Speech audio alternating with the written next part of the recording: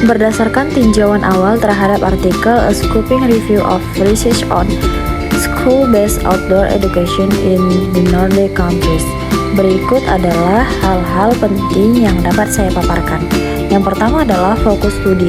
Artikel ini merupakan tinjauan COSPAM atau scoping review terhadap penelitian mengenai pendidikan luar ruangan atau outdoor education berbasis sekolah di negara-negara Nordik termasuk Norwegia, Denmark, Finlandia, Swedia, dan Islandia.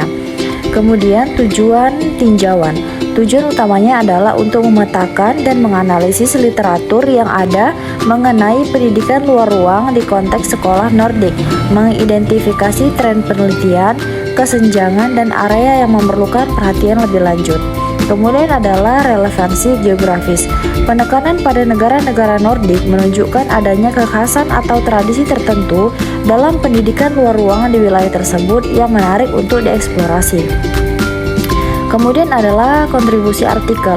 Artikel ini berkontribusi pada pemahaman yang lebih baik tentang bagaimana pendidikan luar ruang diintegrasikan dan diteliti dalam sistem pendidikan formal di negara-negara Nordik, serta memberikan gambaran tentang tema-tema yang muncul dalam penelitian tersebut. Pendidikan luar ruang atau outdoor education seperti yang dibahas dalam artikel A Scoping Review of Research on School-Based Outdoor Education in the Nordic Countries memiliki konsep dasar yang sama dengan kegiatan belajar di luar kelas yang telah lama ada di Indonesia, meskipun mungkin dengan istilah atau tingkat formalitas yang berbeda.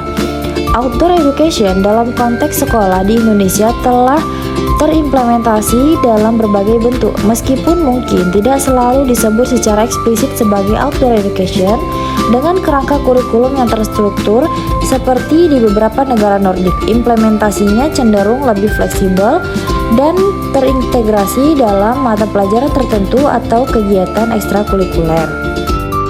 Beberapa contoh implementasi umum di Indonesia. Yang pertama ada pramuka atau gerakan kepanduan.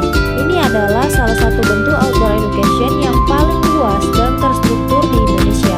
Kegiatan pramuka sangat menekankan belajar di alam terbuka, pengembangan keterampilan bertahan hidup, kepemimpinan, kerjasama, dan kepedulian lingkungan melalui kegiatan seperti berkemah, jelajah alam, pioneering, dan bakti sosial di lingkungan terbuka. Yang kedua adalah karya wisata atau field trip.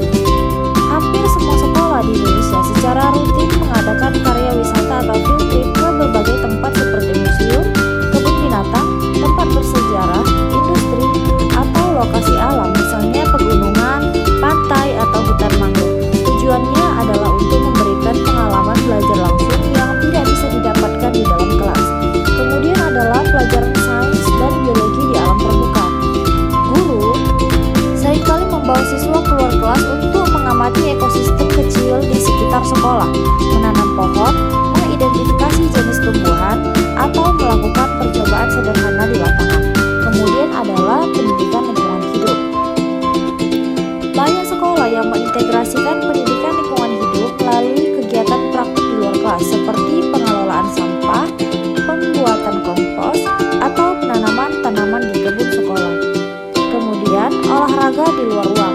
Mata pelajaran pendidikan jasmani dan kesehatan atau penjas orkes tentu saja melibatkan banyak aktivitas fisik di luar ruangan seperti lari, permainan bola, atau kegiatan atletik.